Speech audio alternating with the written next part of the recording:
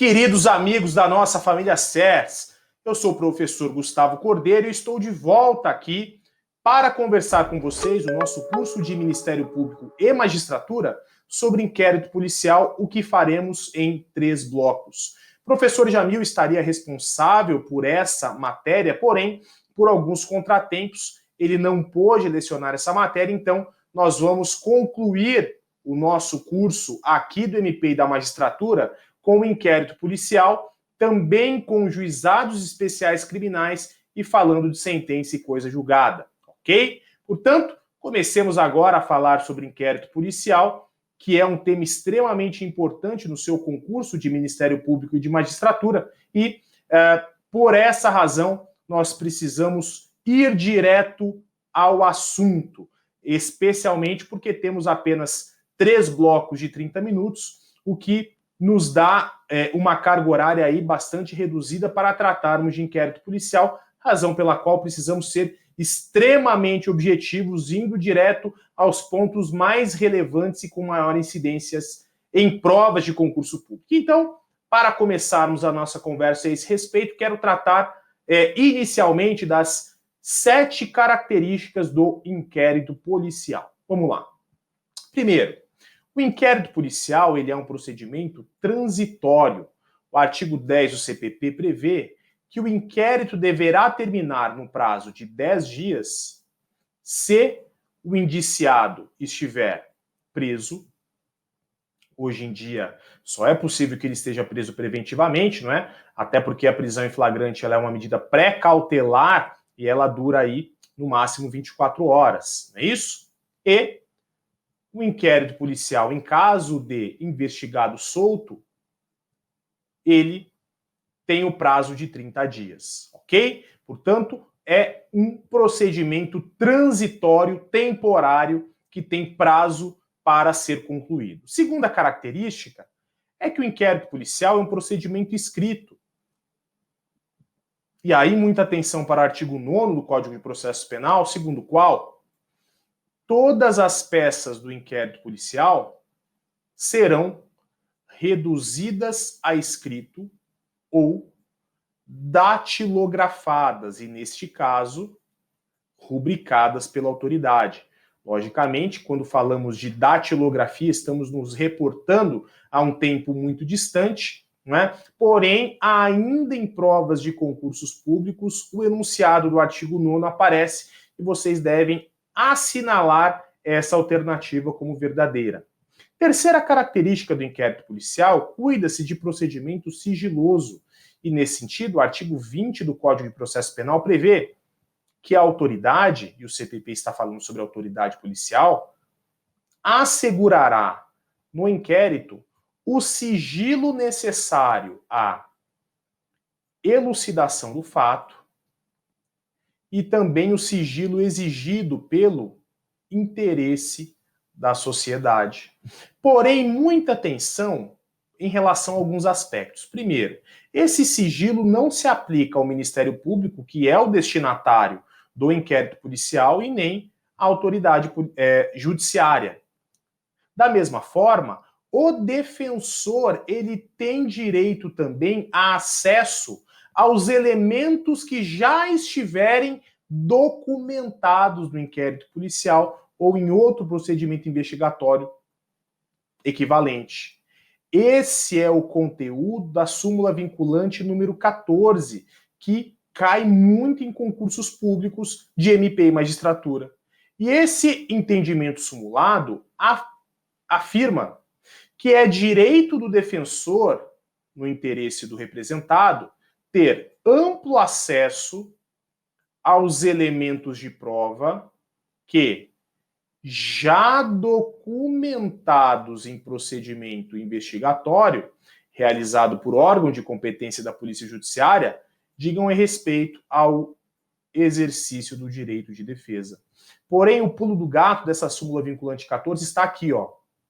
A autoridade policial vai assegurar o sigilo dos autos, porém, o defensor terá direito ao acesso aos documentos, ou melhor, aos elementos de prova lá do inquérito policial que já estiverem documentados nos autos. Significa dizer que elementos ainda não documentados nos autos, como, por exemplo, oitivas que não tiverem sido juntadas, termos de colaboração premiada que ainda não tiverem sido juntados nos autos, e da mesma forma, eventual interceptação telefônica ou outra diligência ainda em trâmite, que não tiver sido concluído, não poderá ser objeto de acesso do defensor. Ok? Avançando, o inquérito policial ele também é discricionário. Quarta característica do inquérito policial, artigo 14, significa dizer o seguinte: o ofendido ou seu representante legal, portanto a vítima, e também o indiciado, ou seja, a pessoa que está sendo investigada por um fato criminoso, poderão requerer qualquer diligência à autoridade policial. Eles poderão pedir qualquer diligência que possa ser realizada. Porém, essas diligências serão realizadas ou não a juízo da autoridade. Significa dizer que a autoridade policial, ela vai conduzir o inquérito policial de uma maneira discricionária, conforme ele entender, a autoridade policial, que uma diligência ou outra passe a ser necessária. Ou seja, não há um rito pré-estabelecido. Conforme o caso concreto, é que a autoridade policial vai conduzir as diligências deste procedimento. E ofendido e indiciado poderão fazer requerimentos, porém, a autoridade policial vai ou não realizar essas diligências conforme o seu juízo de conveniência e de oportunidade. Além disso, o inquérito policial é um procedimento inquisitório. Portanto, não existe obrigatoriedade de que a autoridade policial observe no inquérito policial o contraditório e a ampla defesa. Isso porque não se trata de ação penal e nem de processo administrativo. Cuida-se de um procedimento administrativo que não pode, de forma nenhuma, conduzir diretamente à aplicação de uma sanção penal. Esse procedimento administrativo apenas tem o objetivo de colher elementos de informação e fornecê-los ao titular da ação penal para dar subsídios ao titular da ação penal sob a viabilidade ou não de uma ação penal. Além disso, o inquérito policial ele é indisponível. O artigo 17 do CPP prevê que a autoridade policial não poderá mandar arquivar os autos de inquérito. Somente o Ministério Público é que pode promover o arquivamento de um inquérito policial, de maneira que a autoridade policial, uma vez que ela instaurou esse inquérito policial, ela não poderá o quê? Arquivar esse inquérito. Ela deverá concluir o inquérito, remeter ao Ministério Público, e aí o MP decide se ele vai ou não promover ação penal. Se ele não promover ação penal e não requerer outras diligências, o MP vai promover o arquivamento e somente o MP é legitimado a isso. Muita atenção, porque falar que o inquérito policial é indisponível não se confunde com a dispensabilidade do inquérito. O artigo 39, parágrafo 5º do CPP prevê que o Ministério Público dispensará o inquérito se ele receber uma representação em que já tiveram sido oferecidos elementos que habilitem o Ministério Público a promover uma ação penal. Por exemplo, se o MP receber os autos de uma comissão parlamentar de inquérito, de uma CPI, ele não precisa requisitar a instauração de inquérito para promover ação penal. Se os elementos que constarem do relatório da CPI já forem suficientes para a propositura da ação penal, é totalmente dispensável o inquérito, ok? Não confunda, inquérito policial indisponível significa que o delegado não pode arquivar de ofício o inquérito. E dizer que o inquérito policial é dispensável significa que o MP, se receber uma representação com elementos suficientes para a propositura da ação penal, ele já poderá promover a ação penal sem a necessidade de requisitar a instauração de um inquérito. Certo? Ok? Muito bem. Desde logo, avançando para o próximo assunto, eu quero falar das formas de instauração de um inquérito policial. Eu quero começar pelos crimes de ação penal pública incondicionada, ou seja, aqueles em que o Ministério Público pode promover a ação penal independentemente do implemento de qualquer condição, como, por exemplo, a representação do ofendido ou a requisição do ministro da Justiça. Na ação penal pública incondicionada, isso não é necessário, havendo elementos suficientes e presentes as condições da ação, o MP tem o dever de oferecer a denúncia. Primeira forma de instauração do inquérito policial é nas ações penais públicas incondicionadas de ofício. Isso porque o princípio da obrigatoriedade que está presente no tema ação penal, ele também se aplica à fase de investigação. Significa dizer que, se eventualmente a autoridade policial tomar conhecimento de um fato criminoso por meio das suas atividades rotineiras, a autoridade policial deverá instaurar o inquérito policial de ofício. A autoridade policial deverá instaurar o inquérito policial de ofício.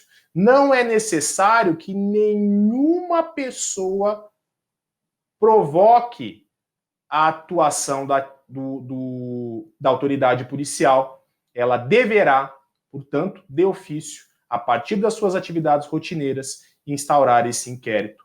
O artigo 5º, inciso 1º do CPP prevê que nos crimes de ação pública, o inquérito policial será iniciado de ofício, ok? Se eventualmente o delegado de polícia ler uma notícia de jornal, ele poderá instaurar um IP com base nessa notícia.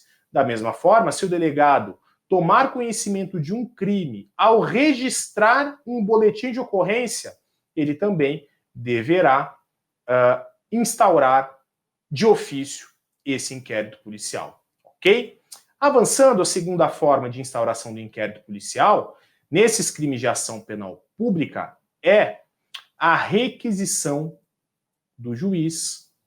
O juiz requisita, ou o Ministério Público requisita à autoridade policial que um determinado fato criminoso seja instaurado. Portanto, se o juiz ou se o Ministério Público tomarem conhecimento sobre o indício de uma infração penal, o CPP prevê, nos termos do artigo 5º, inciso 2, que MP e juiz deverão requisitar por escrito a autoridade policial em instauração deste inquérito. Veja só, inciso 2, primeira parte do artigo 5º, prevê que o inquérito nos crimes de ação pública será iniciado mediante requisição da autoridade judiciária ou do Ministério Público, ok?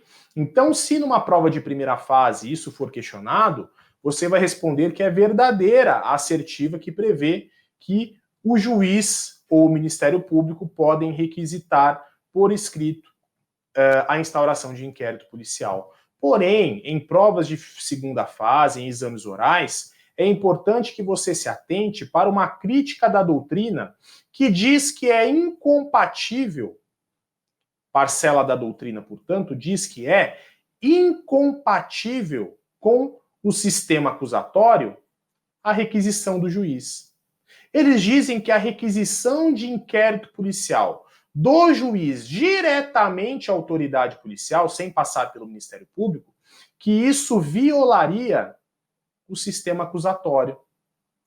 E que isso poderia macular a própria imparcialidade do juiz se ele eventualmente tivesse que lá na frente julgar esse mesmo fato criminoso, imaginando, por exemplo, uma comarca única, né, de um único juiz. Então a doutrina, essa parte da doutrina que critica esse dispositivo, recomenda que o juiz, quando tomar contato com a notícia de um crime, que esse juiz deverá remeter os autos ao Ministério Público, ao invés de diretamente requisitar a autoridade policial a instauração do inquérito. O artigo 40 do CPP traz essa solução.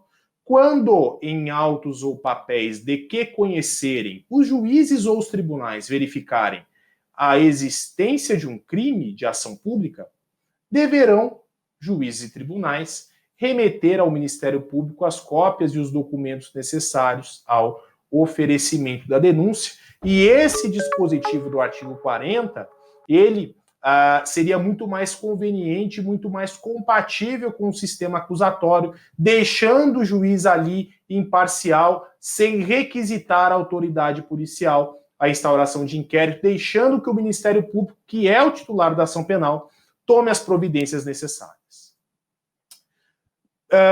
Terceira forma de instauração de um inquérito policial é pelo requerimento do ofendido ou do representante legal. Portanto, se eu fui vítima de um crime, a autoridade policial poderá instaurar um inquérito policial mediante requerimento meu, mediante requerimento da vítima, ou então requerimento do seu representante legal. Isso é o que está previsto no artigo 5º, inciso 2, segunda parte do Código de Processo Penal. Muito cuidado, porque se por um lado a requisição do Ministério Público não pode ser recusada pela autoridade policial, porque essa requisição decorre da lei, o Ministério Público tem a prerrogativa constitucional prevista lá no artigo 129 da Constituição de determinar a requisição perante a autoridade policial de procedimentos investigatórios perante a autoridade policial, exceto, eventualmente, se tivermos uma requisição ilegal, como, por exemplo, o MP requisitando a requisição de um inquérito policial por um fato prescrito ou por um fato penalmente atípico. Aí, excepcionalmente, poderá a autoridade policial se recusar a essa requisição, mas, como regra, ela não pode. Aqui, em relação ao requerimento do ofendido, a situação é diferente. Uma vez que o ofendido tenha requerido à autoridade policial a instauração de um inquérito, a autoridade policial poderá indeferir o requerimento do ofendido. E, nesse caso de indeferimento da autoridade policial do requerimento feito pelo ofendido ou pelo seu representante legal, caberá recurso administrativo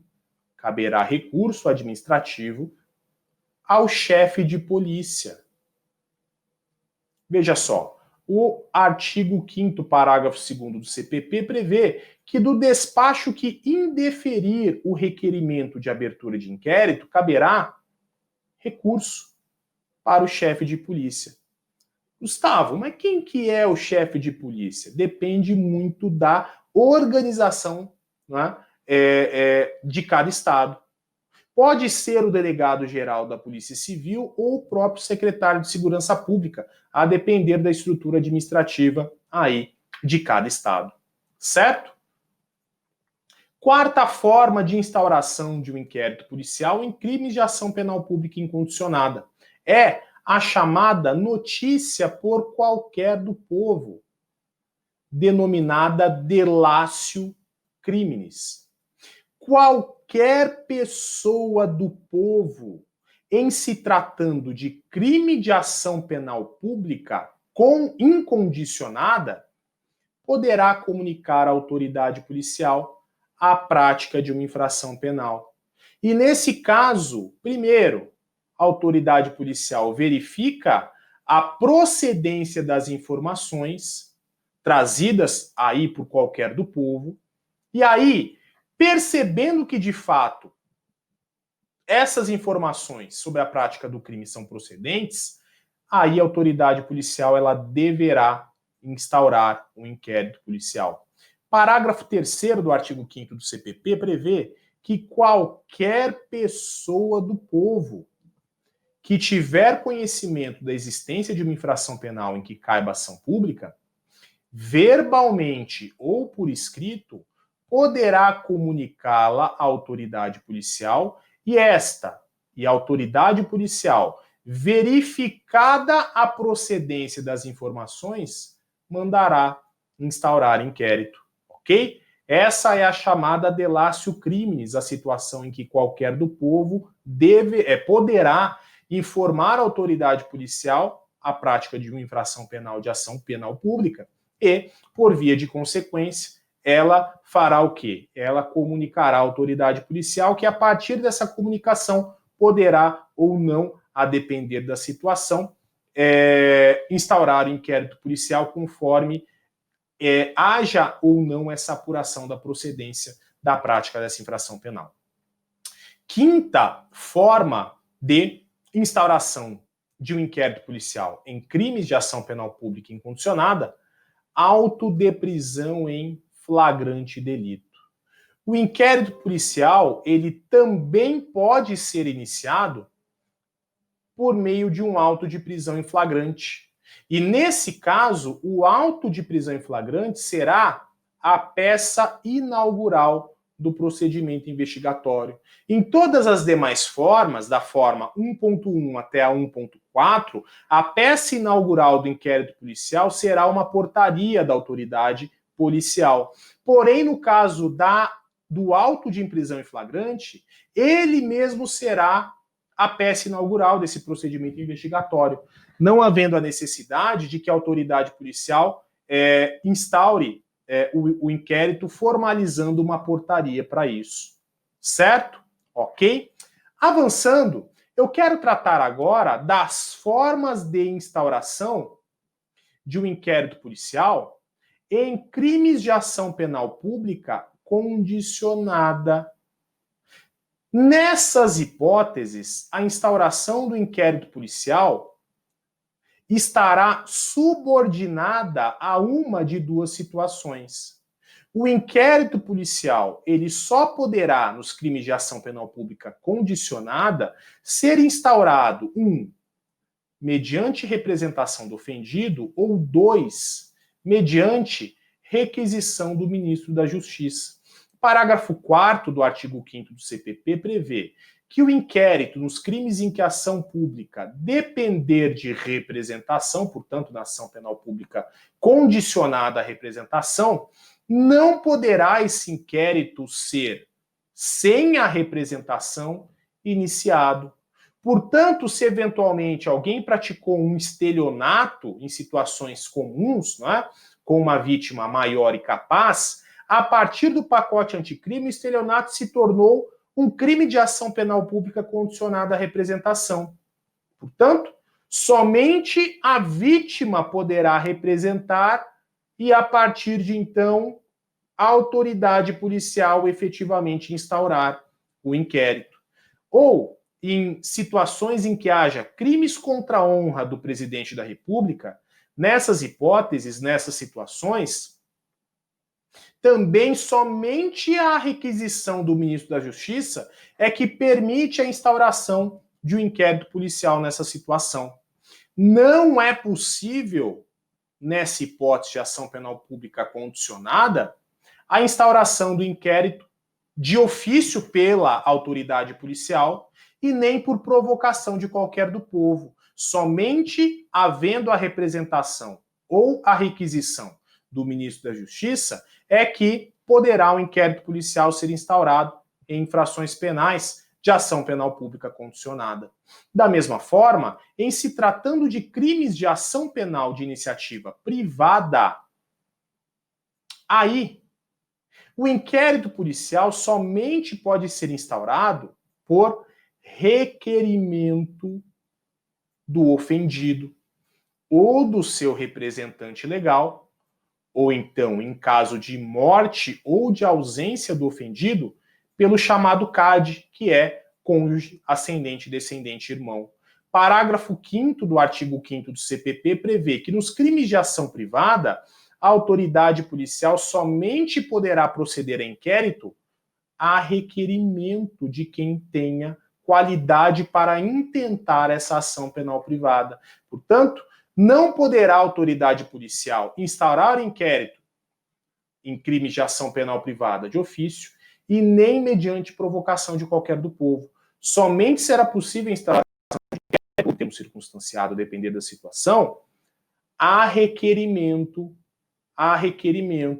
do ofendido do representante legal, ou do CAD, cônjuge ascendente irmão, ou descendente nos casos de morte ou de ausência da vítima.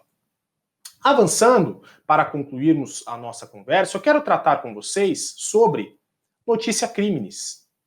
E o que é notícia crimes? Notícia crimes é o conhecimento que pode ser espontâneo ou provocado por parte da autoridade policial sobre um determinado fato criminoso. E há fundamentalmente algumas hipóteses de notícia crimes indicadas pela doutrina. Primeira é a chamada notícia crimes de cognição imediata, que é a situação em que a autoridade policial toma conhecimento do delito por meio das suas atividades rotineiras. Por exemplo, quando o delegado toma conhecimento do delito pela imprensa, ou eventualmente instaurando, ou melhor, registrando uma ocorrência. Então, se ele tomou conhecimento espontaneamente e instaurou espontaneamente esse inquérito de ofício, por as suas atividades rotineiras, essa é uma hipótese de notícia crime de cognição imediata. Temos também a chamada notícia crimes de cognição mediata ou de cognição provocada, que é aquela situação em que a autoridade policial toma conhecimento de um crime por meio de um expediente escrito. Quando, por exemplo, a autoridade policial recebe uma requisição do Ministério Público, quando ela recebe um requerimento escrito da vítima, ou seja, um expediente escrito que provenha de terceiros, de outros agentes, ela é uma notícia crime de cognição imediata ou provocada. Temos também a notícia crime de cognição coercitiva, que é aquela situação em que a autoridade policial toma conhecimento do crime por intermédio da apresentação de um preso em flagrante. Então, ao lavrar o auto de prisão em flagrante, a autoridade policial toma conhecimento de um crime e essa situação é classificada doutrinariamente como notícia crimes de cognição coercitiva. Caminhando para o fim, temos a chamada delatio criminis, que nada mais é, como nós já vimos, a notícia de crime realizada por qualquer do povo, que é realizada por qualquer do povo, e temos finalmente a chamada notícia criminis inqualificada. Notícia criminis inqualificada, que nada mais é um nome doutrinário para a chamada delação anônima ou denúncia anônima. Ou seja, a comunicação de um crime realizada sem a identificação da pessoa denunciante. E aí a pergunta que eventualmente vai cair no seu concurso é a seguinte: é possível a instauração de um inquérito policial apenas com base em uma denúncia anônima? E a resposta é não. Apenas com base em denúncia anônima não é possível. Porém, até porque a Constituição veda o anonimato. Porém, diante dessa situação, havendo uma notícia crimes inqualificada, havendo uma denúncia anônima que está aí nas mãos da autoridade policial, como deve a autoridade policial se portar, como deve o delegado de polícia agir diante de uma delação anônima em suas mãos. E o Supremo Tribunal Federal, no habeas corpus número 95244, entendeu que a autoridade policial, ao receber uma denúncia anônima, ela deve, antes de instaurar o inquérito policial, realizar diligências preliminares. Para quê? Para averiguar se os fatos narrados nessa denúncia anônima são materialmente verdadeiros. Apurados esses fatos e confirmados esses fatos demonstrados pela denúncia anônima, aí sim, a partir de então, poderá a autoridade policial, depois dessa apuração preliminar, iniciar as investigações instaurando o inquérito policial depois de ter apurado que efetivamente essas denúncias anônimas são pertinentes, ok?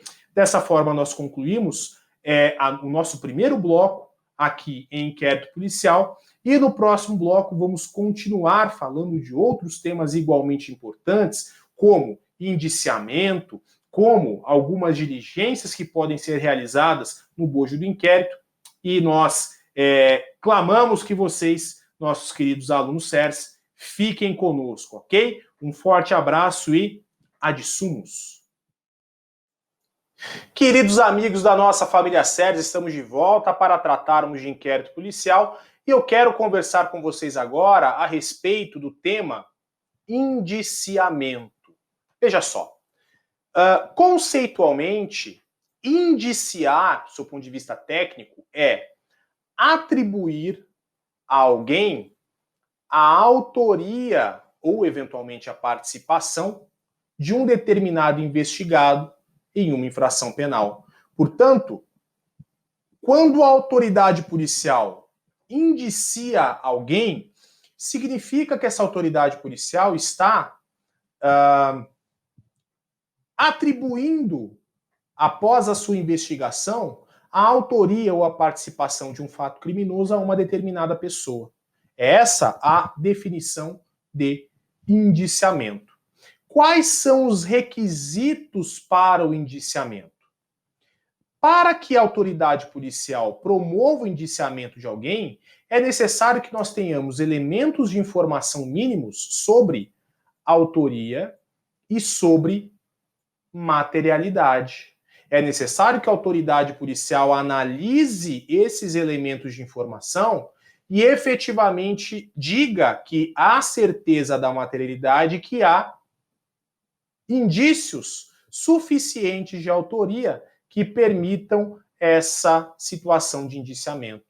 Porém, pode acontecer, excepcionalmente, da autoridade policial indiciar um investigado sem que haja uma correspondente presença de elementos indiciários de autoria em relação a ele.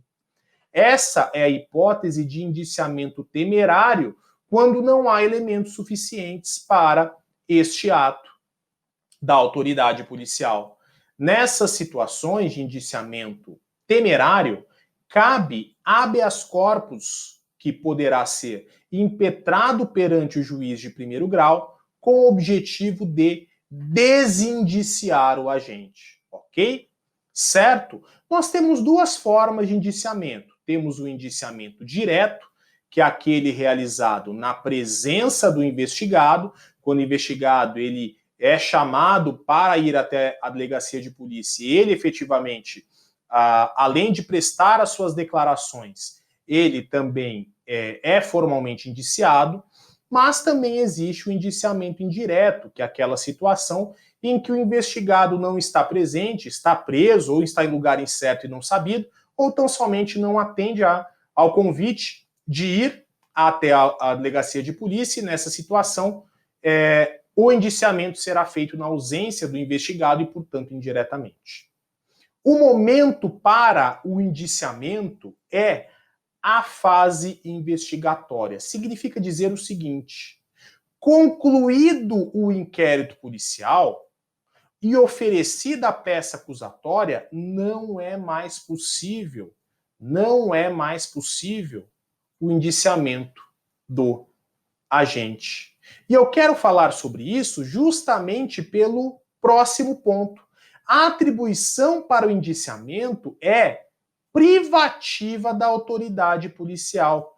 Veja que o artigo 2º, parágrafo 6º da Lei 12.830 de 2013 prevê que o indiciamento é um ato privativo do delegado de polícia. E o STJ, ao se deparar com uma situação de um juiz que requisitou a autoridade policial depois que os autos já estavam em um momento processual da ação penal, o magistrado requisitou para o delegado que fosse realizado o formal indiciamento. E o STJ diz o seguinte, olha, o magistrado não pode requisitar o indiciamento em investigação criminal. O indiciamento é atribuição exclusiva da autoridade policial. O STJ falou isso no RHC 47984 de São Paulo. Portanto, ainda que posteriormente à conclusão da investigação, o Ministério Público queira requisitar ao oferecer a denúncia que o delegado indicie formalmente o investigado, ou que o juiz determine esse formal indiciamento durante a ação penal, isso não é permitido, segundo a lei e segundo o entendimento do STJ, que deixa claro que o indiciamento é uma atribuição exclusiva da autoridade policial. Já falamos sobre a figura do desindiciamento, e é possível que, eventualmente, a autoridade policial promova o indiciamento de um agente sem nenhum indício de autoria, chamado indiciamento temerário.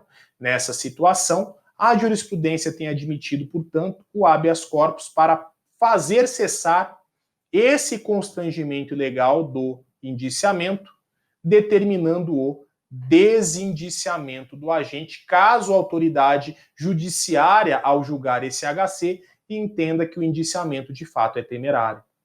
Próximo ponto sobre indiciamento, eu quero falar sobre um efeito do indiciamento na lei de lavagem de dinheiro.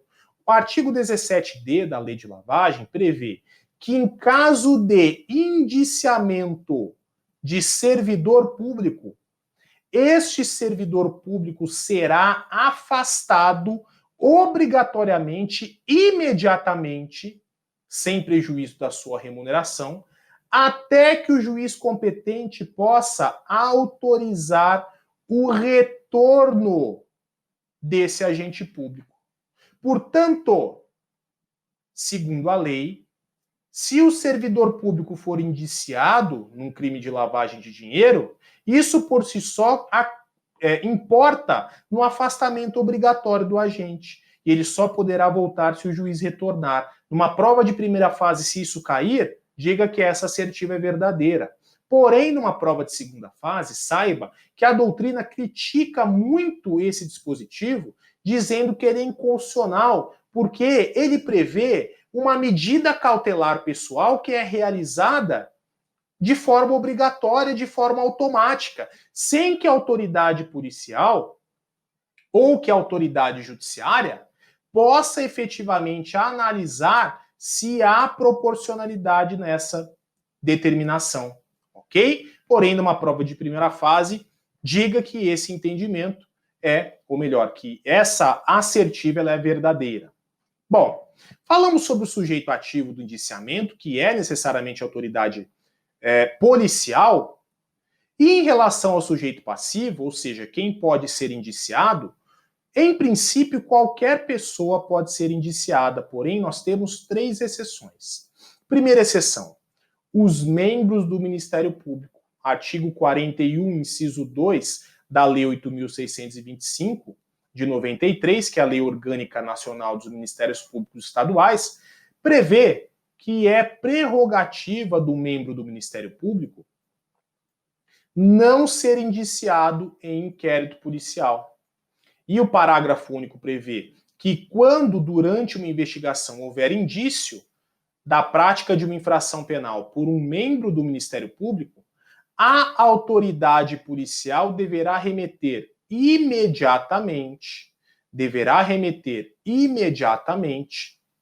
os autos dessa investigação ao Procurador-Geral de Justiça, que é quem vai continuar esta apuração. Da mesma forma, os magistrados não podem ser indiciados.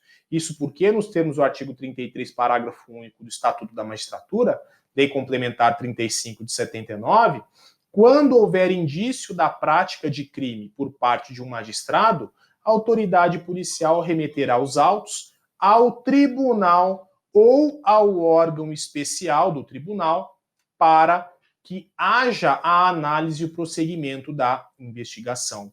Da mesma forma, os titulares de foro por prerrogativa de função, conforme entendimento na questão de ordem no inquérito 2411 do STF, entendeu que o formal indiciamento promovido pela autoridade policial em face de um parlamentar investigado era nula.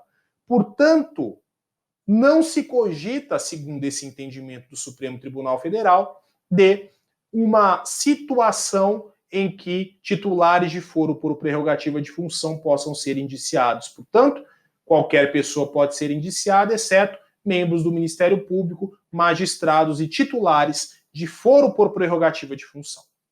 E aí, depois de tratarmos de todas essas diligências possíveis no inquérito policial, falarmos de suas características, das formas de sua instauração, é necessário que nós falemos sobre a conclusão do inquérito policial. E o primeiro ponto que eu quero tratar com vocês diz respeito aos prazos. Falamos já que o inquérito policial é um procedimento temporário, transitório, mas precisamos delimitar os prazos e todas as suas situações peculiares e particulares. O artigo 10 do CPP prevê que o inquérito deverá ser concluído, deverá terminar em 10 dias, se o indiciado estiver preso. E aí, o prazo será um prazo de direito material, contado na forma do Código Penal, do artigo 10 do Código Penal, ou seja, o prazo começa a ser contado do dia em que a prisão for efetivamente executada e não do dia em que ela for decretada, certo? Porém, em se tratando de acusado solto, o prazo será um prazo de 30 dias, que será prorrogável por sucessivas vezes, conforme pormenorizaremos no próximo slide. Em relação ao Código de Processo Penal, portanto, em se tratando de investigado preso, o prazo é o prazo improrrogável de 10 dias para a conclusão do inquérito. Se, por outro lado, o investigado estiver solto, o prazo é de 30 dias, que pode ser prorrogável. Em se tratando de inquéritos que tramitem perante a Justiça Federal, o prazo para o inquérito do investigado preso é de 15 dias, prorrogável uma única vez por mais 15 dias. Por outro lado, em se tratando de investigado solto, o prazo é de 30 dias, que pode também ser prorrogado sucessivas vezes. Em relação ao Código de Processo Penal Militar, o prazo para a conclusão do inquérito policial militar de investigado preso é de 20 dias, ao passo em que, se o sujeito estiver solto, o prazo será de 40 dias, prorrogáveis por mais 20. Na lei de drogas, por sua vez, o prazo para a conclusão do inquérito é de 30 dias, prorrogável por uma única vez por mais 30 dias, em caso de investigado solto. Em caso de investigado preso, melhor dizendo. Em se tratando de investigado solto, o prazo é de 90 dias, prorrogável por uma única vez, em caso de comprovada e necessária a prorrogação, por mais 90 dias. Portanto, lei de drogas, 30 mais 30 se preso, 90 mais 90 se solto. Nos crimes contra a economia popular, esteja preso ou esteja solto o investigado, o procedimento deve ser concluído em 10 dias. E, por fim, em se tratando de prisão temporária nos crimes hediondos, se o sujeito estiver preso temporariamente por um crime hediondo, o prazo para a conclusão desse inquérito é de 30 dias, prorrogável por uma única vez, também por 30 dias. Ok? Certo? Muito bem. Avancemos para tratarmos agora da prorrogação dos prazos. Bom, se o investigado estiver solto, o CPP é muito claro no sentido de que o inquérito policial poderá ser prorrogado. Parágrafo 3º do artigo 10 do CPP prevê que, se o fato for de difícil elucidação e o indiciado estiver solto, a autoridade poderá requerer ao juiz, no caso a autoridade policial, poderá requerer ao juiz a devolução dos autos para ulteriores diligências. E essas diligências serão realizadas no prazo marcado pelo juiz, que, como regra, é o mesmo prazo para a conclusão do inquérito, que é de 30 dias. Nada impede que essa prorrogação seja realizada por sucessivas vezes. E aí, quero trazer um ponto que é extremamente importante, porque diz respeito a uma inovação do pacote anticrime, Lei 13.964 de 2019, que entrou em vigor em janeiro de 2020, e que incluiu o artigo 3º-B, parágrafo 2º do CPP. A pergunta que eu faço é possível a prorrogação do prazo do inquérito em caso de investigado preso?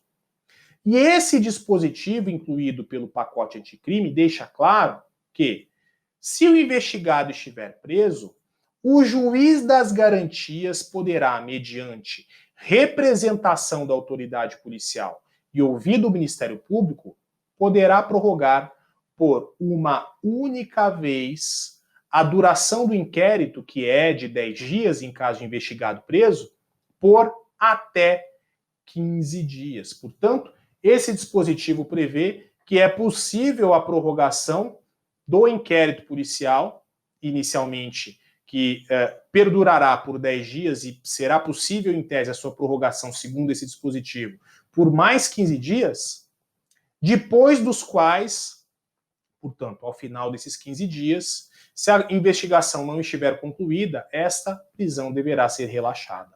Porém, muita atenção para esse ponto aqui, que vai afetar também a própria sistemática do juiz de garantias e também a própria sistemática nova do procedimento novo do arquivamento de inquérito policial. Por quê?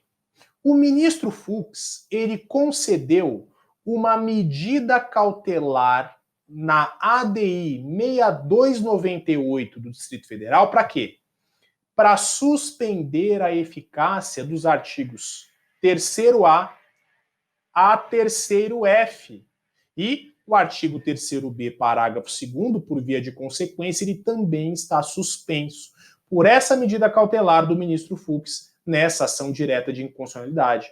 Portanto, respondendo à pergunta, é possível a prorrogação do prazo do inquérito policial para o investigado preso? A resposta atual é que não. Porque esse dispositivo, artigo 3º-B, parágrafo 2º do CPP, está suspenso pelo ministro Fux. Então, se ele está suspenso, não é possível a prorrogação do prazo para inquéritos policiais dos investigados presos, até que o próprio ministro Fux possa revogar essa medida cautelar ou até mesmo até que o Supremo Tribunal Federal possa julgar o mérito dessa ação direta de inconstitucionalidade. Terceiro ponto em relação à conclusão do inquérito, eu quero tratar sobre o relatório. E o relatório do inquérito nada mais é do que aquela peça conclusiva da autoridade policial, em que depois que a autoridade policial já realizou todas as diligências que ela entendeu que eram necessárias, ela vai fazer uma peça concluindo o inquérito policial. E a autoridade policial, nessa peça chamada relatório, ela vai descrever todas as diligências realizadas no inquérito. Artigo 10, parágrafo 1º do CPP prevê que a autoridade policial fará um minucioso relatório de tudo que tiver sido apurado. Muita atenção, porque se o inquérito policial ele é dispensável, como vimos no artigo 39, parágrafo 5º, a peça chamada relatório também não é uma peça essencial para o oferecimento da denúncia, ou seja, é perfeitamente possível que o Ministério Público promova a ação penal havendo ou não essa peça chamada relatório. E, como regra, a autoridade policial, ao fazer o relatório, ela não deve emitir um juízo de valor nesse relatório. Por quê? A opinio delicti, o juízo de valor sobre os fatos ali apurados, deve ser formado pelo titular da ação penal, que na ação penal pública é o Ministério Público. Porém, há uma única exceção lá na lei de drogas, em que a autoridade policial expressamente deve justificar as razões que a levaram à classificação daquele delito. Ou seja, como regra, a autoridade policial, ao fazer o relatório, ela não deve não deve emergir na opinio delicti. Não deve fazer um juízo de valor sobre qual a infração penal que foi praticada. Porém, em relação à lei de drogas, a autoridade policial deverá justificar, conforme o artigo 52, inciso 1º da lei 11.343, quais foram as razões que levaram a autoridade policial, por exemplo, a classificar um determinado crime como porte para consumo pessoal, artigo 28, ou tráfico de drogas, artigo 33. Ok? Neste caso, a autoridade policial deverá expressamente se manifestar. Quem é o destinatário do inquérito policial? Veja só. O artigo 10, parágrafo 1º, prevê que a autoridade fará o relatório e vai enviar os autos a quem? Ao juiz competente. Então, segundo o CPP, o destinatário do inquérito policial é o juiz, ou seja, a autoridade policial manda o inquérito para o juiz e o juiz é que manda o inquérito para o Ministério Público. A doutrina, por sua vez, analisando esse dispositivo, lembrando que se o dispositivo está vigente e ele aparecer na sua prova, você vai dizer que ele é verdadeiro. Porém, em uma prova de segunda fase, por exemplo, em uma prova dissertativa, vocês vão dizer que a doutrina recomenda que essa tramitação do inquérito policial seja direta entre a autoridade policial e o Ministério Público, que é o titular da ação penal e que é o verdadeiro destinatário daqueles elementos que foram apurados no inquérito policial. Portanto, a recomendação da doutrina é no sentido de que não haja intervenção do juiz nessa tramitação. O juiz só vai interferir na fase de investigação, segundo recomenda a doutrina, para aplicar eventuais medidas cautelares. Tanto é que a própria Justiça Federal e alguns tribunais de justiça já autorizam essa tramitação direta do inquérito entre a autoridade policial e o Ministério Público, ok? E, inclusive, existe um recurso extraordinário, já com repercussão geral reconhecida, para julgar se é ou não constitucional essa tramitação direta do inquérito policial entre a autoridade policial e o Ministério Público, e nós cremos que o Supremo Tribunal Federal vai julgar constitucional essa possibilidade. Ok? Certo? Caminhando para o fim do bloco, eu quero falar com vocês sobre as providências que podem ser adotadas, que podem ser tomadas após a remessa do inquérito policial, após a conclusão do inquérito policial e a remessa do inquérito policial ao juízo. Primeiro eu quero falar o que deve acontecer em relação à ação penal privada. E o artigo 19 do CPP deixa bem claro que concluído o inquérito em crime de ação penal privada, a autoridade policial vai encaminhar os autos ao juízo, onde esse inquérito policial vai aguardar o ofendido, o querelante, propor a queixa-crime, ou então, se o ofendido, se a vítima pedir para a autoridade policial poderá entregar o inquérito policial diretamente à vítima ou ao seu representante legal. Ok? Certo? Muito bem. Porém, em relação à ação penal pública, nós temos pelo menos 6 providências possíveis assim que a autoridade policial concluir o inquérito e os autos estiverem com o Ministério Público. Uma de 6 providências poderão ser tomadas.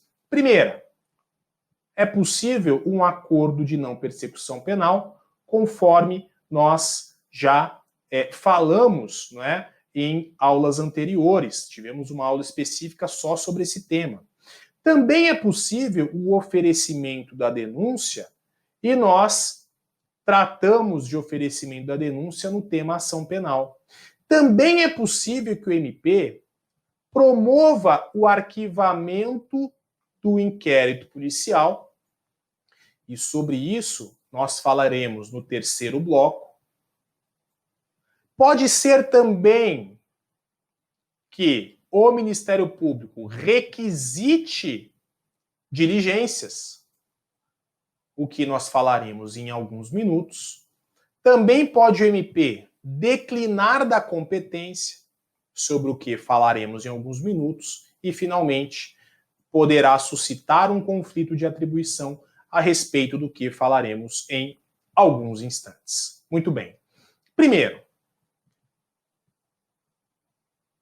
requisição de diligências.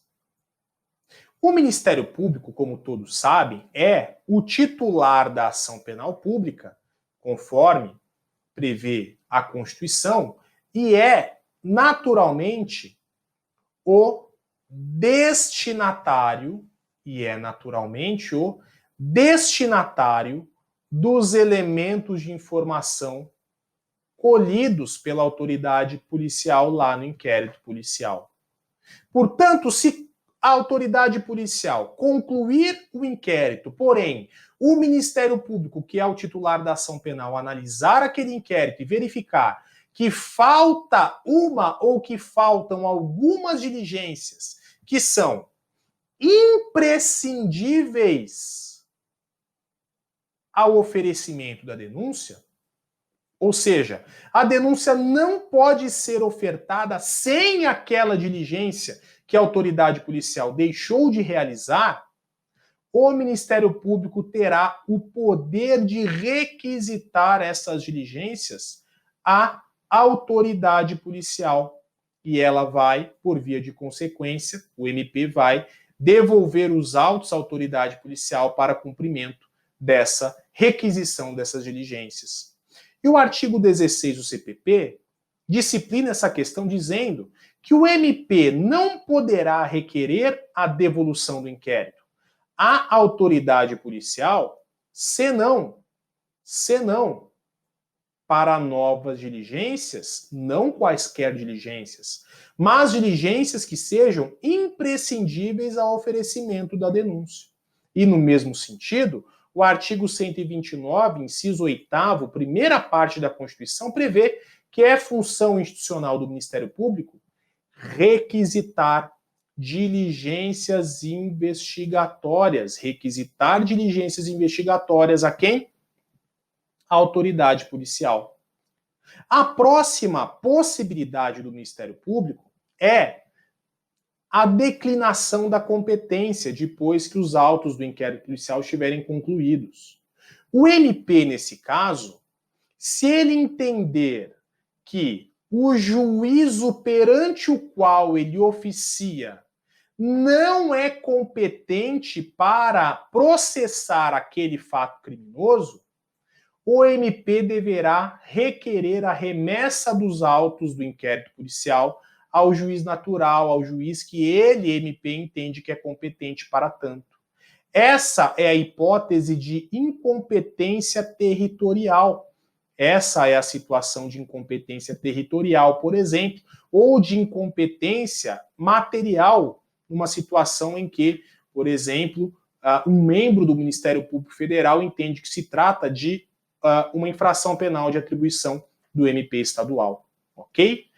A outra possibilidade que nós vamos falar aqui para concluir o nosso bloco, o MP poderá suscitar conflito de atribuição. E o que é o conflito de atribuição?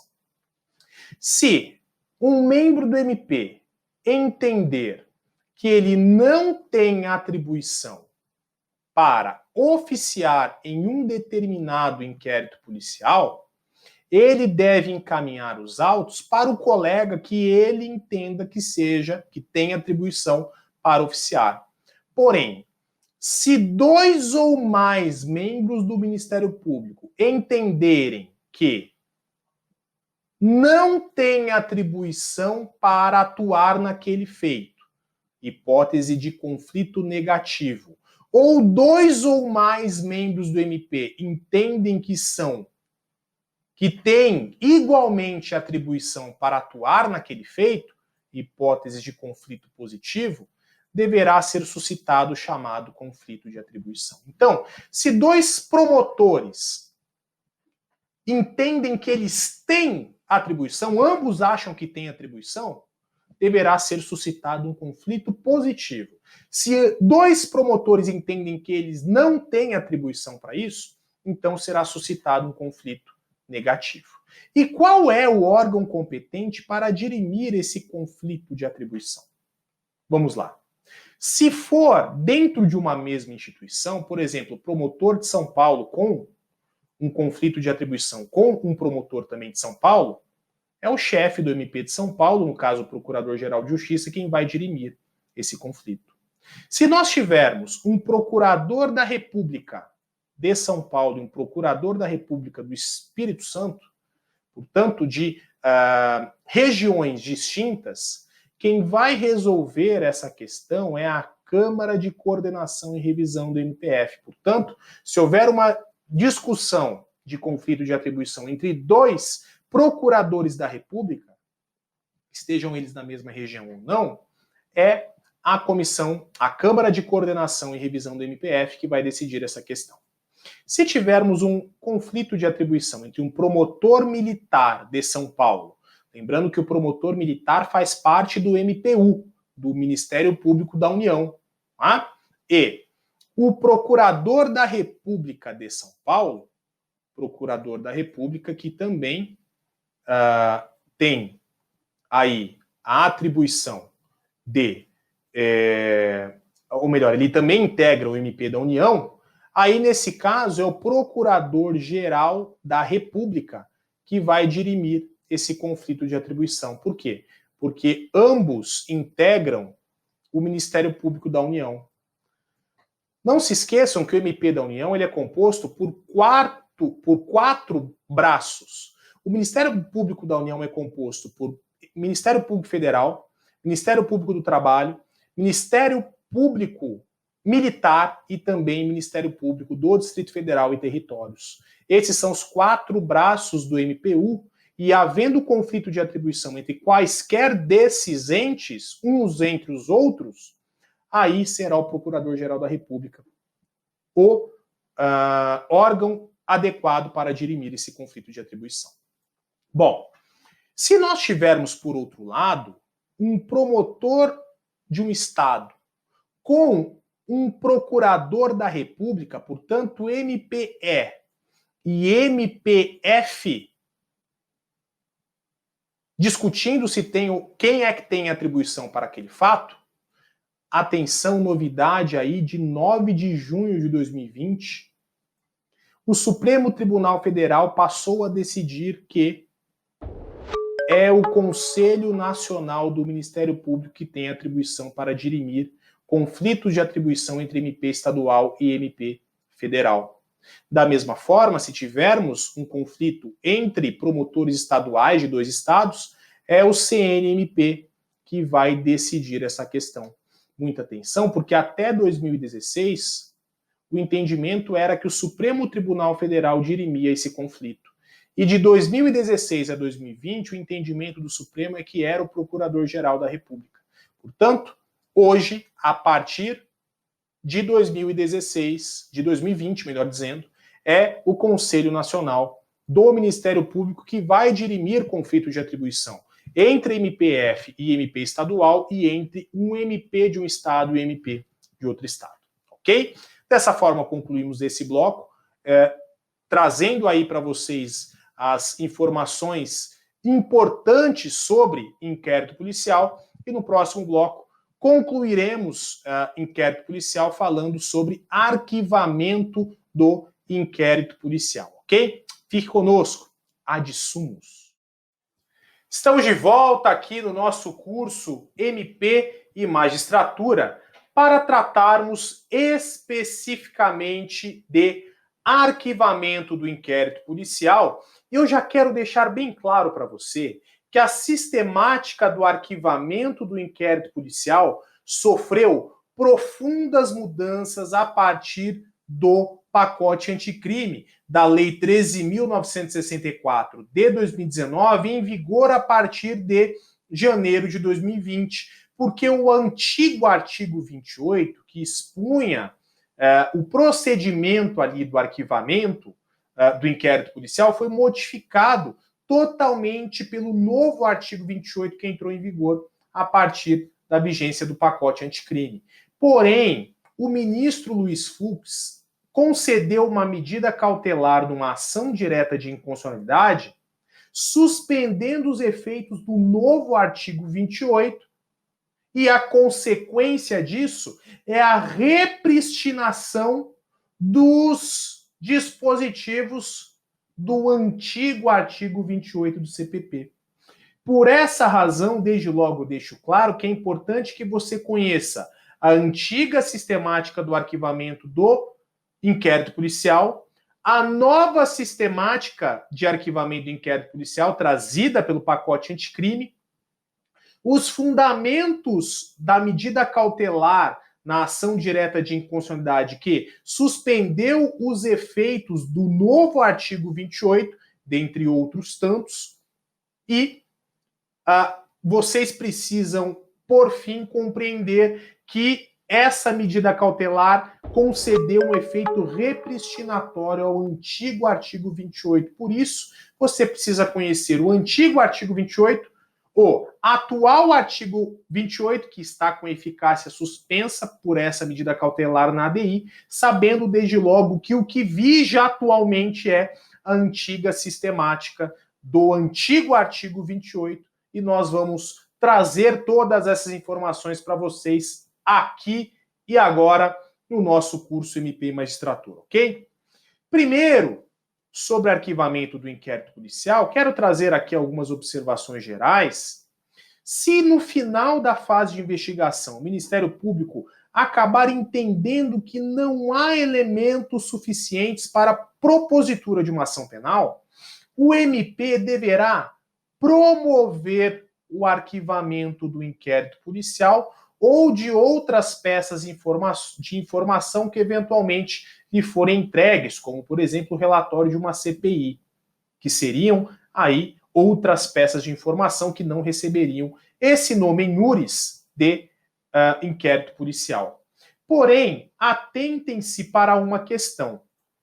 Bom, o arquivamento do inquérito policial, ele é uma atribuição exclusiva do Ministério Público.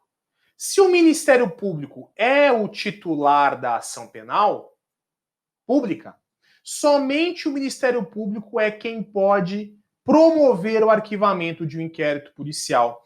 Nesse sentido, primeiro, a autoridade judiciária, o juiz, não pode determinar o arquivamento de um inquérito policial de ofício.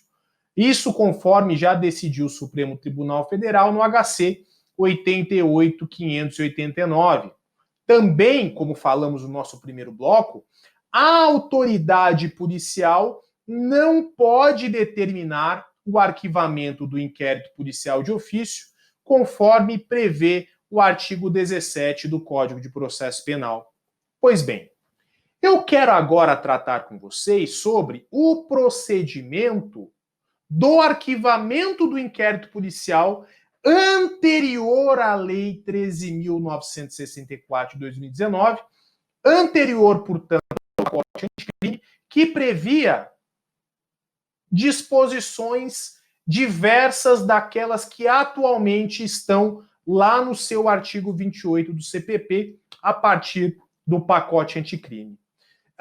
O artigo 28 do CPP previa a seguinte redação: se o órgão do Ministério Público, ao invés de apresentar a denúncia, requerer o arquivamento do inquérito policial ou de outras peças de informação, o juiz, no caso de considerar improcedentes as razões invocadas, ou seja, se o juiz entender que não era caso de arquivamento e sim um caso de oferecimento da denúncia, aí o juiz deverá fazer a remessa do inquérito ao procurador-geral. E o procurador-geral, analisando os autos, poderia tomar três providências possíveis. Uma dentre três. Primeira, o PGJ poderia oferecer a denúncia. Segundo, o PGJ poderia designar um outro membro do MP para que este oferecesse a denúncia, ou então o PGJ poderia insistir no pedido de arquivamento, oportunidade em que o juiz era obrigado a atender. Como vocês percebem, na antiga sistemática do arquivamento do inquérito, o arquivamento ele era um ato complexo. Por quê? Porque para que o arquivamento fosse aperfeiçoado, era necessário, primeiro, um requerimento do inquérito do Ministério Público. O MP precisaria tomar a iniciativa de requerer esse arquivamento.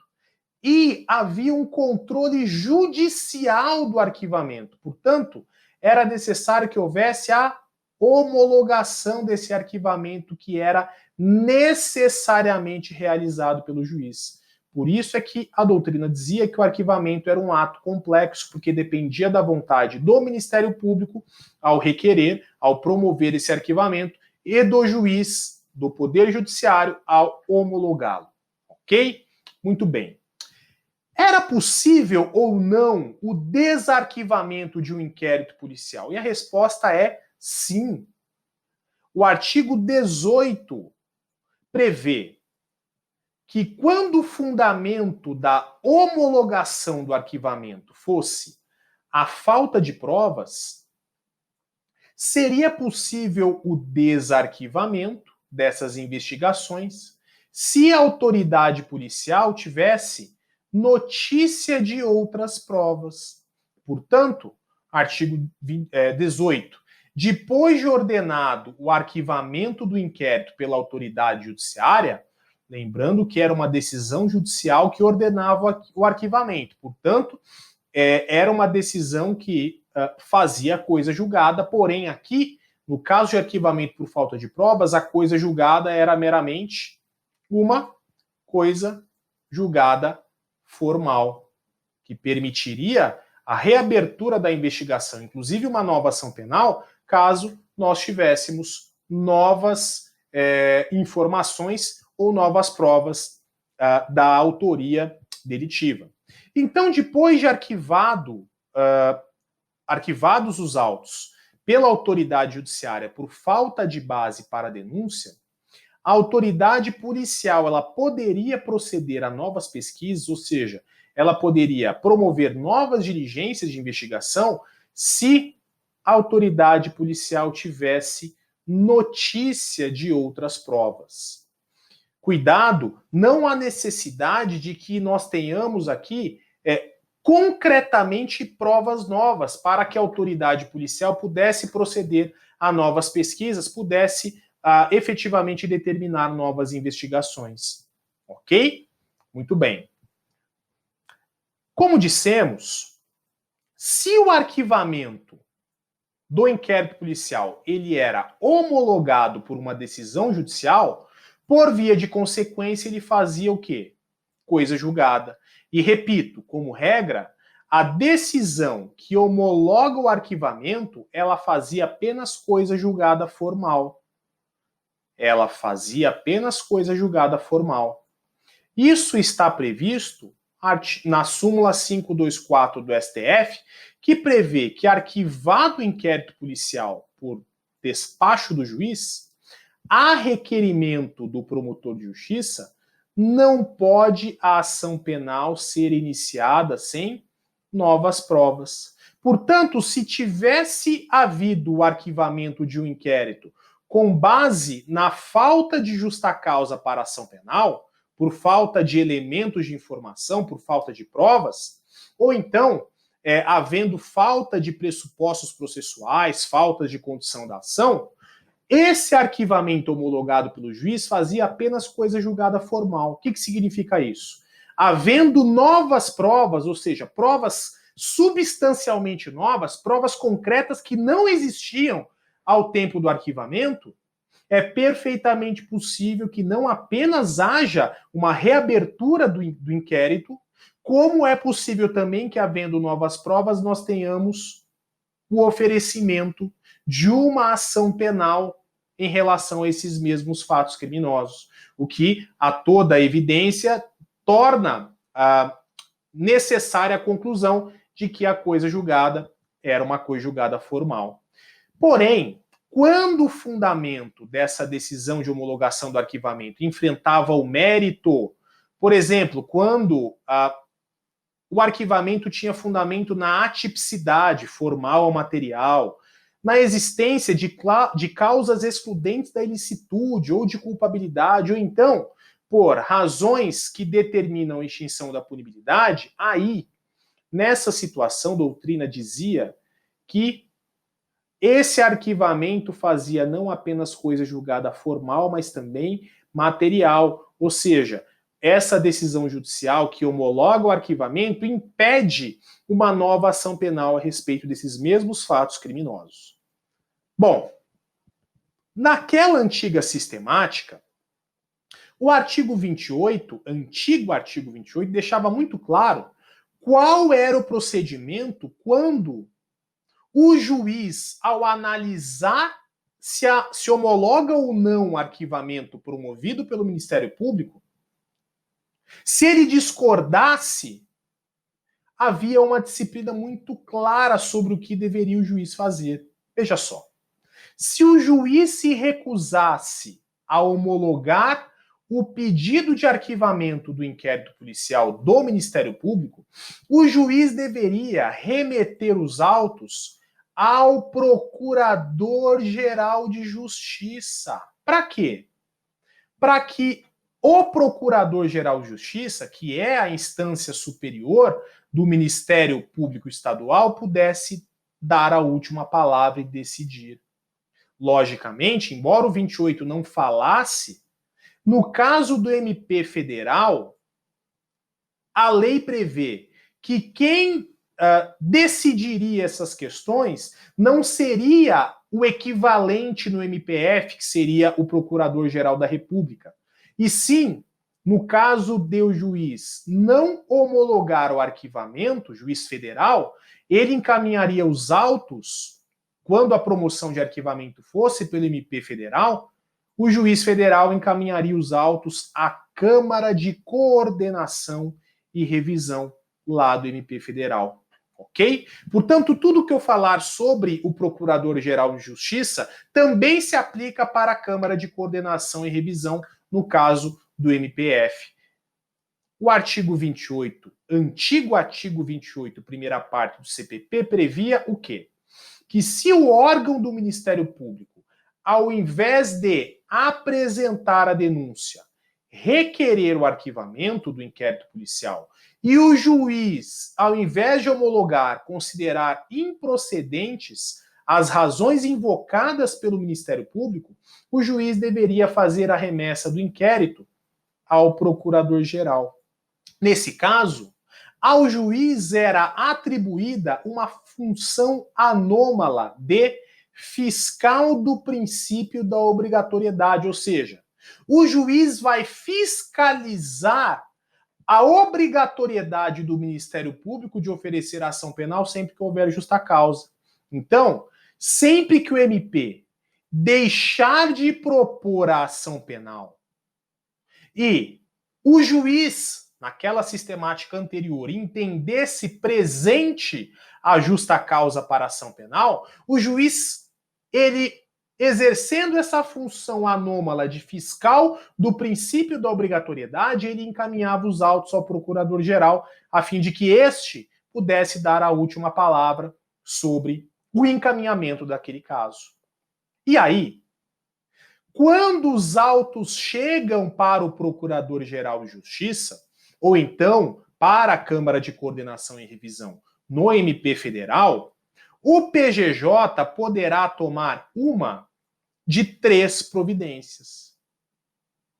Primeiro, o Procurador-Geral ele pode concordar com o juiz, discordando do Ministério Público, do membro do Ministério Público que ofereceu o arquivamento, e ele, Procurador-Geral de Justiça, pode pessoalmente, em nome próprio, oferecer denúncia no caso.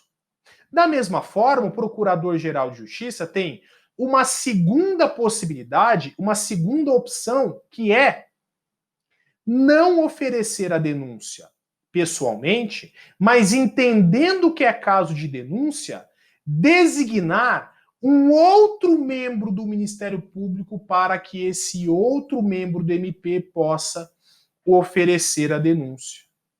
E muita atenção a 2 observações que eu faço sobre essa segunda possibilidade aqui. Primeiro, o Procurador-Geral de Justiça, por que ele vai designar um outro membro do Ministério Público? Por que ele não manda aquele promotor de justiça que ofereceu o arquivamento, que ele mesmo possa oferecer a denúncia? E a resposta é a seguinte: o PGJ designa um outro membro para oferecer a denúncia por respeito à independência funcional do promotor de justiça que ofereceu o arquivamento.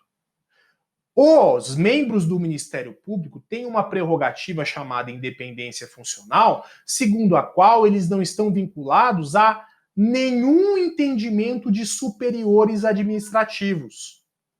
De maneira que ele somente está vinculado à lei e à sua própria consciência. Se ele entende, se a sua consciência entende que se trata de caso de arquivamento, não pode o Procurador-Geral de Justiça obrigar esse membro do Ministério Público a oferecer a denúncia. É por essa razão, em respeito à independência funcional deste promotor que ofereceu o arquivamento, é que o PGJ vai designar um outro membro do MP para oferecer a denúncia.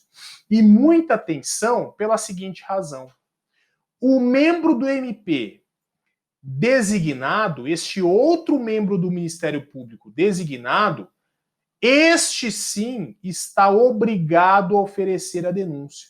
Peraí, professor, mas este outro membro do MP designado, ele não tem independência funcional? Sim, é claro que ele tem, mas aqui incidem alguns institutos do direito administrativo. Aqui, o membro designado, ele age por delegação do Procurador-Geral de Justiça. Ele age como longa-manos do PGJ e por esta razão é que ele não pode se recusar a oferecer a denúncia. Ok? Certo? Pois bem, o PGJ, portanto, ele pode oferecer a denúncia em nome próprio, ele pode designar um outro membro do MP para oferecer essa denúncia, e a terceira possibilidade do PGJ é insistir no arquivamento. Se o PGJ discordar do juiz e concordar com um promotor lá de primeira instância que promoveu o arquivamento dos autos, o PGJ vai insistir no arquivamento. Por quê? Porque ele entendeu que essa era a medida adequada e essa é a última palavra do Ministério Público a propósito do tema. De maneira que o juiz, neste caso, é obrigado a aceitar o arquivamento. Por 2 razões. Primeiro, porque o MP é o titular da ação penal, então quem decide se é caso de promover a ação ou se é caso de arquivamento, em última instância, é o Ministério Público. E também o juiz é obrigado a aceitar por conta do princípio ne proceda iudex ex officio, princípio da inércia da jurisdição, segundo a qual não é dado ao juiz deflagrar uma ação penal de ofício. O juiz não pode iniciar uma ação penal de ofício, somente o Ministério Público pode fazê-lo em se tratando de ação penal pública, consagrando o sistema acusatório na forma do artigo 129, inciso 1 da Constituição da República. Ok? Certo? Então, a parte final do artigo 28 diz que o juiz encaminhará os autos ao procurador-geral e o procurador-geral poderá oferecer a denúncia. 1. Designar outro membro do MP para oferecê-la. 2. E insistir no arquivamento, hipótese em que o juiz estará obrigado a atender. Ok? Muito bem. Agora, uma vez que vocês já conhecem qual é a sistemática antiga do arquivamento do inquérito policial, eu preciso que vocês saibam quais foram as alterações do pacote anticrime nessa sistemática que trouxe um novo procedimento para o arquivamento do inquérito policial. Portanto, falemos do procedimento de arquivamento posterior à Lei 13.964 de 2019. A disciplina legal do novo artigo 28 do CPP prevê o seguinte: ordenado o arquivamento do inquérito policial ou de outros elementos informativos da mesma natureza, veja só, o órgão do Ministério Público comunicará à vítima, ao investigado e à autoridade policial e também encaminhará os autos para a instância de revisão ministerial para fins de homologação na forma da lei. Primeira observação que nós fazemos sobre o novo procedimento, olhando o novo artigo 28, com nova redação dada pelo pacote anticrime, é a do fim do controle judicial sobre o arquivamento. Se na antiga sistemática era o juiz que homologava o arquivamento, e que se discordasse mandava para o procurador-geral, na nova sistemática, a legitimidade para decidir sobre o arquivamento do inquérito policial é exclusiva do Ministério Público do início ao fim. É o MP quem dá a primeira palavra sobre o arquivamento e a última palavra sobre o arquivamento, de maneira que o juiz nessa nova sistemática não mais homologa o arquivamento do inquérito policial. Portanto, cessou a partir dessa nova redação do artigo 28 a intervenção do Poder Judiciário sobre o arquivamento do inquérito. O arquivamento do inquérito é, do começo ao fim, uma avaliação exclusiva do Ministério Público. E isso, sem sombra de dúvida, prestigia o sistema acusatório e também prestigia a própria imparcialidade do juiz.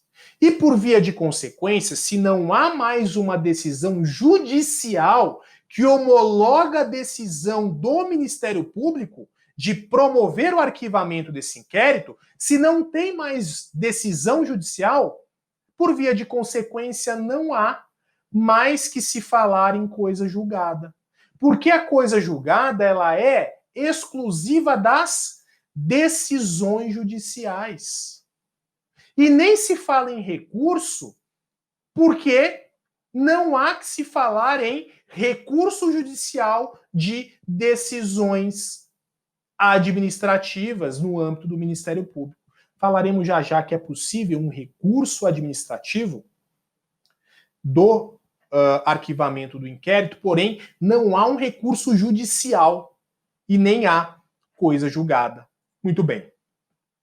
Esse procedimento novo do pacote anticrime previu que, uma vez arquivado o inquérito policial pelo membro do Ministério Público, que atua em primeira instância, esse membro do MP deverá fazer 3 comunicações. Primeiro, o MP deve comunicar à vítima desse arquivamento. 2, deverá comunicar também o investigado. E 3, deverá comunicar também à autoridade policial. E veja só, em havendo comunicação da vítima em crimes individuais contra pessoas físicas ou eventualmente pessoas jurídicas, ou então quando a vítima de uma infração penal apurada por um inquérito policial que for arquivado, quando essas vítimas forem entes públicos, no caso, a União, os estados e os municípios, uma vez que a vítima seja notificada do arquivamento, ou que União, Estado e município, quando forem vítimas de uma infração penal, por exemplo, num crime de dano, ou eventualmente num crime contra a administração pública, quando elas forem notificadas desse arquivamento, se elas discordarem da decisão de arquivamento, é possível que elas interponham recurso administrativo à chamada instância revisora do Ministério Público no prazo de 30 dias. Veja só, parágrafo 1º do Código de Processo Penal, do artigo 28, prevê: se a vítima ou seu representante legal não concordar com o arquivamento do inquérito, poderá, no prazo de 30 dias do recebimento da comunicação, submeter a matéria à revisão da instância competente do órgão ministerial. E da mesma forma, o parágrafo 2º do mesmo artigo prevê que nas ações penais relativas a crimes praticados em detrimento de quem? Da União, dos estados e dos municípios, a revisão do arquivamento poderá ser, logicamente, a revisão do arquivamento pela superior instância, poderá ser provocada pela chefia do órgão a quem couber a representação judicial. No caso da União, a chefia da AGU. No caso dos estados, a chefia da Procuradoria-Geral do Estado. E no caso dos municípios, a chefia da Procuradoria do município. Ok? Certo? Lógico, o Ministério Público, em primeira instância, necessariamente vai encaminhar os autos para homologação lá perante a instância de revisão ministerial. Porém, se a vítima ou União, Estados e municípios discordarem, eles poderão arrazoar, provocar essa revisão, trazendo outros elementos, razões pelas quais eles discordam desse arquivamento e pelas quais eles entendem que a ação penal deve ser proposta.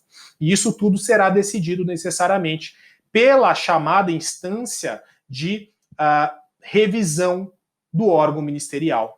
Ok? Certo? Se nós não temos mais o controle externo do arquivamento pelo Poder Judiciário, nós passamos a ter o controle interno do arquivamento do inquérito policial. Portanto, se antes era o juiz que homologava ou não o arquivamento do inquérito, agora,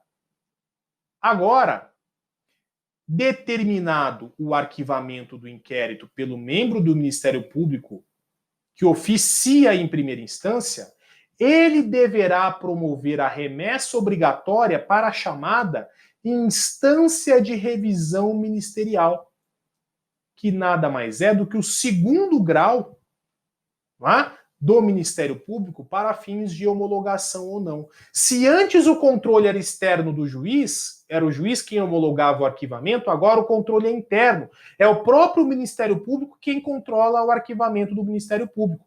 O promotor, em primeira instância, arquiva e o Procurador-Geral de Justiça, lá em segundo grau, homologa.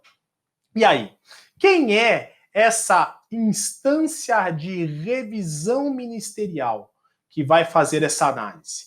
O CPP não previu quem seria esse órgão. Porém, no MP estadual, quem faz essas vezes é o Procurador-Geral de Justiça, portanto, nada muda. No que diz respeito ao MP federal, quem faz essas funções é a Câmara de Coordenação e Divisão do MPF. Portanto, ainda que a lei não diga, nós indicamos que seriam essas as autoridades que tomariam essas providências. E, logicamente, embora o pacote anticrime, ao alterar o artigo 28, não tenha previsto quais são as providências da instância de revisão ministerial, ao receber os autos, a doutrina, de forma muito pacífica, confirma que quando a instância de revisão ministerial receber os autos, ou seja, o PGJ do MP estadual e a CCR no MP federal, poderão eles tomar uma de 3 providências. Primeiro, poderão homologar o arquivamento. 2, poderão não homologar o arquivamento e oferecer em nome próprio a denúncia. E, em terceiro lugar, podem não homologar o arquivamento e, como consequência, designar outro membro do Ministério Público para que ele, por delegação e como longa-manos, possa oferecer a denúncia. Ok? Muito bem. E agora, eu preciso falar um pouco sobre essa medida cautelar na ADI 6298 do Distrito Federal, que foi concedida pelo ministro Fux em 22/1/2020. O pacote anticrime entraria em vigor no dia 23, com todas as alterações. Porém, o ministro Fux, na tarde do dia anterior à vigência das alterações do pacote anticrime, suspendeu cautelarmente esse novo artigo 28. Ou seja, o ministro Fux, ao conceder essa medida cautelar na ADI 6298, ele suspendeu a eficácia do novo artigo 28 do CPP, ou seja, desse procedimento de arquivamento do inquérito policial vigente após o pacote anticrime. Em poucas palavras, o ministro Fux disse que essas alterações do artigo 28 violavam as cláusulas de prévia dotação orçamentária para a realização de despesas, artigo 169 da Constituição, além da autonomia financeira dos ministérios públicos, do artigo 127 da Constituição. Portanto, a alteração no rito do arquivamento policial, segundo o ministro Fux, atentava contra a prévia dotação orçamentária e contra a autonomia financeira dos órgãos do Ministério Público.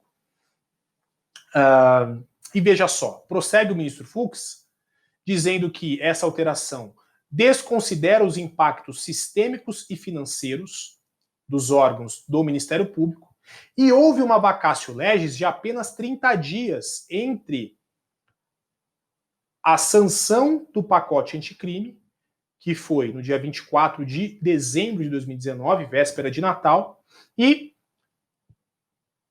o dia em que haveria a vigência desta lei, que é o dia 23 de janeiro, apenas 30 dias, né, entre uma data e outra. E aí, disse o ministro Fux que essa previsão do dispositivo entrar em vigor no dia 23/1/2020, sem que os ministérios públicos tivessem tempo hábil para se adaptar estruturalmente à nova competência estabelecida, ou seja, a lei foi sancionada no meio do recesso forense. O MP voltou a funcionar no dia 7 de janeiro. E aí ele teria que se organizar para isso em pouquíssimos dias. E o ministro Fux entendeu que isso faz com que essa regra seja totalmente irrazoável e inquine essa nova sistemática do artigo 28 de inconstitucionalidade. Essa medida cautelar, portanto, foi deferida para suspender a eficácia do artigo 28 do CPP. E aí você talvez esteja pensando, peraí, professor, mas por que impactos financeiros? Por que atentar contra a prévia dotação orçamentária, autonomia financeira do MP? Pela seguinte razão.